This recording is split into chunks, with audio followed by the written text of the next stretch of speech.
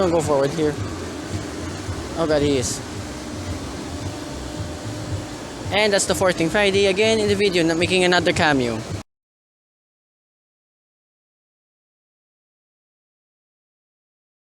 So hello guys, welcome back to my channel. So what I have here today is the 2024 Dongfeng Aeolus Huge Hybrid. So you're wondering, why am I buying this Aeolus Huge Hybrid again? Because this one is from Dongfeng Motors Philippines themselves. So I'd like to thank them so much for lending me this out for a couple of days now. So it's been like almost a week now since I had this, and what a car! A few months ago, I just came to from my Dongfeng 14th Friday EV lend out, and I as well trashed it around at Gymkhana at Parklands last December. Sadly, this is the only video I will do for this at the moment, since there was a bit of a scheduling conflict with the Gymkhana and the lend out of this and the upcoming Manila International Auto Show this year. However though, it will still happen, so stay tuned on how this will perform. At the moment, I will talk to you in a normal driver's perspective. We will get about the race car things later on in the test drive segment. So here up front, okay, I would like to do a formal apology to Dongfeng Motors, because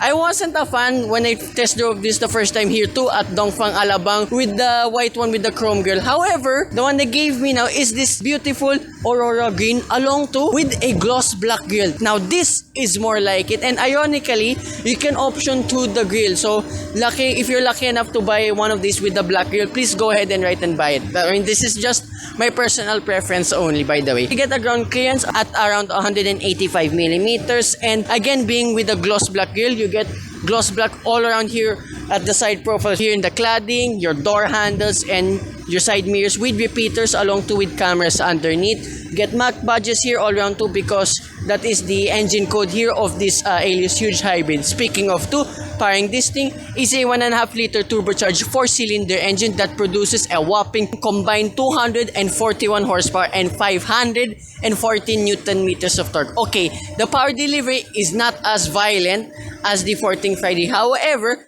this has even more torque than that of the Friday EV. So driving this is actually pretty fun for what this is. Now here at the rear of this Aeolus Huge Hybrid, and you can see this has a full functioning LED light bar. Same to like the ones in front, and it does a nice little dance once you unlock and lock the vehicle. And the LEDs front and rear, by the way, they're so bright at night, and it kind of a bit of a head turner because this Dongfeng Aeolus Huge Hybrid is still a little bit new in our country.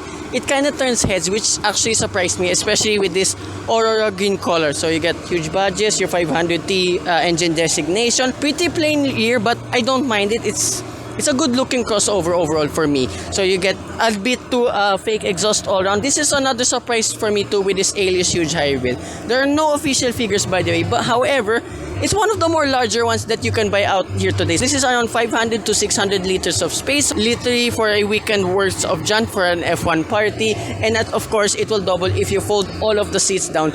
And underneath, you get a subwoofer, your Jamo subwoofer rather too, along with the fire extinguisher. And you notice here too, there's like parts here for your tonneau cover, but this car is sadly not equipped with that at all. Anyway, so that's about here with the engine, the exterior, and the boot of this Aeolus Huge Hybrid. Let's check out the interior. You can adjust the height too in the infotainment system.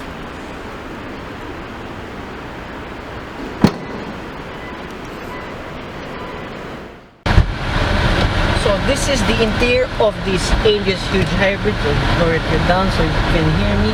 Here in the door card, there's a lot of squeegee materials, very good to the touch. Only plastics are found underneath the door cards where it houses your copy spaces and cup holders. And in here, you are greeted with a sunroof, which is pretty cool. I'll cover you up since I'm against the light. So interior here overall is actually pretty good. So you notice too, this is a different spec to the ones I've driven, like the one last time in Alabang with the white and blue interior. So at least it's very interesting to know that you can avail two color options. You cannot choose yourself, but it may depend only with the stock at Dongfeng Motors Philippines will give to you. But good to know, blacked out stuff in the exterior and black here in the interior. I don't mind it because black for me is just a little bit easier to maintain. So I gotta be honest too, having sit in this black interior for quite some time now. This is the official color, by the way, too. It's not so in your face. It's kind of like a bit more calmer here now in the interior. However, though, you are greeted by two 12.6-inch screens. So one for your instrument cluster. So there's just a lot of adjustments here on the right side too for your fuel economy, so current information, and to the display of what your engine and the electric motors are doing. Sun visor here. You have a vanity mirror with halogen light. Don't extend, sadly. I find it a little bit weird. This one here in the sun visor is halogen, but surrounding the sunroof button it's all LED. A little bit of a mix and match there, but anyway, it's just me nitpicking. So here the engine is currently on, but once we get moving it will go into EV mode once again. Another advantage of being a fully hybrid electric vehicle. So here in your infotainment system, okay, I got a lot of nitpicks again here, but just being honest, this is the first car, modern car too, that I've encountered. There is no radio. So I'm getting a little bit insane now. However, though, it does make up for it. So underneath this center console, you have a very large cubby space with a USB port and a 12-volt socket.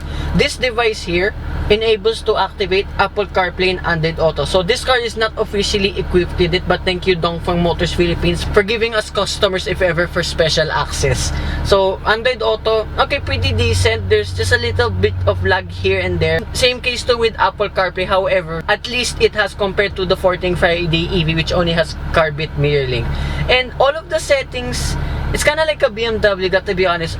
You have to adjust everything here. I mean, for your car settings, so we got over here for your lane departure warning. The lane departure warning is just a little bit more intrusive than I once did. Okay, it's a little bit similar with Toyota, but it's not so, but it's a safety feature anyway. And then here for your driving fun, for your intelligent ECU, no idea what that is, but at least you have customization for your steering function. So comfort is the absolute lightest, so if you just want to chill in traffic, you may activate that mode. However, knowing me, I'm a Pawi steering kind of guy. I leave it in sport all the time because the feedback of the steering wheel is really good. And here, vehicle health, everything good, all normal as things should be too. Open this air conditioning settings up. You get ventilated and heat warmers for the driver's seat only. So it's the same case too, like with the Friday EV. But sadly, this Aeolus Huge Hybrid does not have massage function whatsoever. But everything else, it functions really well. And the air conditioning of this, it's one of the more colder ones I've tried out in any crossover. So kudos with that, Dongfeng. Going back here for the vehicle condition, you have your driving data and your energy flow. So I always leave it at the weak mode because the region is a little bit harder than usual. I mean, which is a good thing. And right now, as you can hear the engine, it's charging the battery, so the engine just kicked in. So another thing that's really nice with this Aeolus Huge Hybrid, the transition from the battery to the engine itself, it's very smooth. I mean, it's even comparable with that of the Toyota RAV4 Hybrid, which this competes with. And I have a lot more to say when we get to drive one of this, because I think this is the best bang for the buck hybrid electric vehicle you can buy here in our market today. So again, back here in the infotainment system, when you swipe down, there's more modes. There's a baby mode, so it's kind of like dog mode of Tesla. It will leave it at 25 degrees or I think 23 to 25 degrees Celsius. Just leave the aircon on so your children won't overheat. And yeah, you can even activate hill descent, your electronic stability control off. I was even finding that button here on the left side of the dashboard. You only find here for your headlight lever adjustments, electronic tailgate, and below is an extra cubby space. And for your media, volume, brightness, you can all adjust it here. I mean, again, it's touchscreen, but I got used to it pretty quickly. But at least below the infotainment system, you still get touch sensitive controls for your climate control, your hazard button too, engine start stop.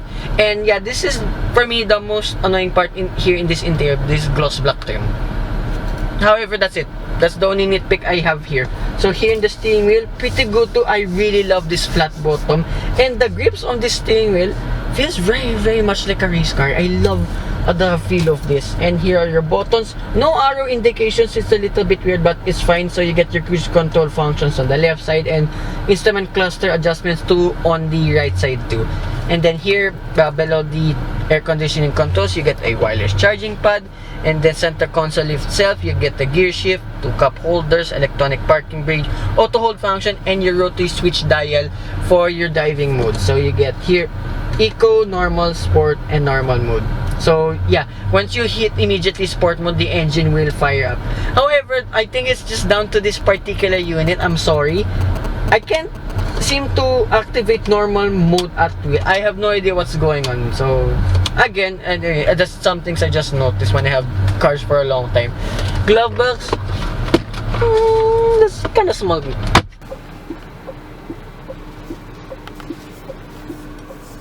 I really freaking love this seat. So it's not as good as the Friday EV with the sport bucket AMG Mercedes style seats. However, this is more on the comfortable side of things, and I freaking loved it. You get lumbar support, bolstering, not so much. I mean, it's not intended to be a race car, but you can make it act like one if ever. And exclusive for the right front passenger seat, you still have electronic adjustments, and you get a massive thigh support. So I was a passenger prince for once, so as well shout out to Adrian1011. He did a POV review of this. Yeah, it was so good to be a passenger prince for once. And here, back in the center console, you get a cooling function and you get a massive space too, which is pretty good. And like what I said too, at the rear, you get Jamo speakers all around this vehicle. At the lower settings, it's pretty good. There's good enough bass. However, in the middle and higher clarity, it's just a little bit weak. The speaker setup's just a little bit better, like that of the Volkswagen Thar with their Beats audio sound system. So yeah, that's about here in front. Rear seats, pretty much the same. This is one of the more spacious crossovers I ever tried out. I can almost stretch my feet all the way forward, body room, and despite the sunroof, I have a lot of headroom. Even 6-footers can fit there in the back easily. Behind both front seats, you get 2 map pockets, and then here in the middle, you get 2 air conditioning vents, a USB port, and a cubby space down below. In the middle, you get a central armrest with 2 cup holders. And another nice thing with this Aeolus Huge Hybrid, you get a completely flat floor. So yeah, that's about it here in the interior with this Aeolus Huge Hybrid. Let's go for a drive once again. So driving once again the Dongfeng Aeolus Huge Hybrid. So sport mode.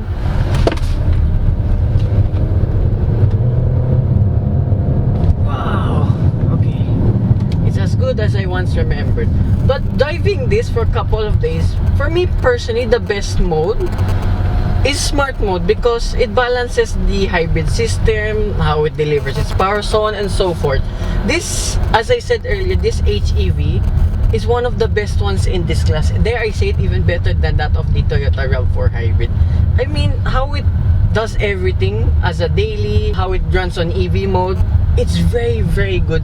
And remember, like that of the Toyota, so my maximum top speed whilst on EV mode only is 60 kilometers per hour, as long as you're very light-footed.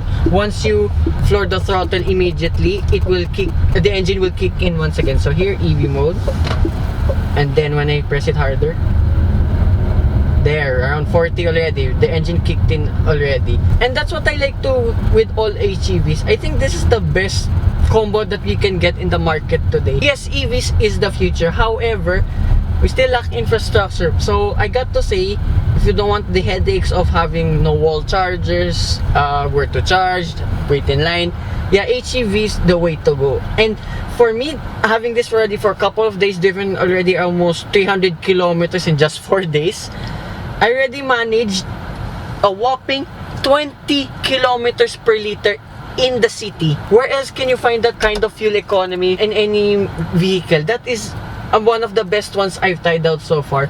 And on the highway, yeah, it may be a little bit less at 15 kilometers per liter. That's just my experience, because I noticed, like that of the Nissan Kicks, and unlike with the Toyota RAV4 Hybrid, I noticed when you drive this in the city a lot, it runs on EV a lot more than I expected. But that for me is a good thing, because you're not wasting any fuel whatsoever. And the handling of this, as I said, I leave this in sport mode all the time, because I love the a bit of heft in the steering wheel itself. And yeah, the suspension is really good too. Yes, it's a little bit too soft against the others. However, it's not as soft comparing only with the Volkswagen Thar, I must say, because it settles down quite quickly. You can feel a little bit of stiffness here and there. This dampening of the suspension is probably among one of the best, and I'm very keen to try out on how this will drive at the Gymkhana. Yeah, despite my very big nitpick and annoyance of having no radio, this is what I like to with this Aeolus Huge Hybrid. Silencio. this is among one of the quieter cabins I've ever experienced too. Even you do not have double glazing for the windows, but they are thick themselves. Yeah, NVH here is nail-bitingly crispy. Even at highway speeds, you can hear a bit of tire noise, but it's not translating into the cabin whatsoever. And turning circle, yes, this is already a big crossover. This turning circle is pretty tight, and I got to say too, despite for the size of this being a mid-size compact crossover, it's among one of the better handling ones I've tried out too. Yet dare I say it is almost, I mean, like sports car level. And here again, the HEV is doing its thing, the engine is on, it's charging the vehicle. And you all know me, I'm not a fan of CVT transmissions. However, I am willing to give this an exception because it's so responsive. I mean, here, just smart one, just floor it. Wow, look at that. And of course, once you hit sport mode, engine will immediately activate and oh my gosh. Right. And every characteristic too of every hybrid out there, you can skid these tires easily. You have 540 Newton meters on the top. Among one of the more powerful hybrids you can buy out here today for less than 2 million pesos. And the highway driving, it's very steady, doesn't sway about here and there. The lane departure warning just intrudes a little bit, but it's not so bad. I can leave it on if I want, if I'm just chilling. However, at highway speeds, I always gun it because for once, this is, I think as well, the best crossover I've driven in terms of the fun factor and for what this is too. I got to be honest though, this Aeolus Huge Hybrid, it's got everything. I love this, and for the price, 1,880,000 pesos, it's one of the more affordable full hybrid electric vehicles you can buy out there today too. And what I like to comparing with some of the very common 1.5 liter turbocharged 4-cylinder engines, this has a very nice low rumble. I know, call me crazy. This 4-cylinder sounds like a low rumble V8. I mean, here when I floor it. For once, this is among one of the better sounding 4-cylinder turbocharged engines I've tried out. So we were just talking about on how this drives as a normal person. But what about as a race car? Okay, this is just race car driver things. The handling I love, there's no dead spot in the middle. Even though you even set in comfort mode, the steering is really fast. Dampening of the suspension, as I mentioned, it's not too soft, not too hard, just the right amount. And you can feel a little bit of stiffness here and there. But I wish it was just a little bit stiffer than usual because there's just somewhat body roll, but it's just only kept to a minimum. And the ride, the brakes is so good. And unlike the 14 Friday EV, which the suspension is really soft, this one doesn't nosedive as much as I expected. I freaking love this Aeolus Huge Hybrid. So yeah, that concludes my lend out review of this Aeolus Huge Hybrid. So I'd like to thank once again Dongfeng Motors Philippines for making this lend out review possible, and hopefully we will have more on the channel. And stay tuned for the video of the Gymkhana practice 4 again with this. Sorry, 5. So hope you guys like and subscribe. And one more time, flat. Wow. Woo. Right. See you in the Gymkhana practice 5. Bye bye.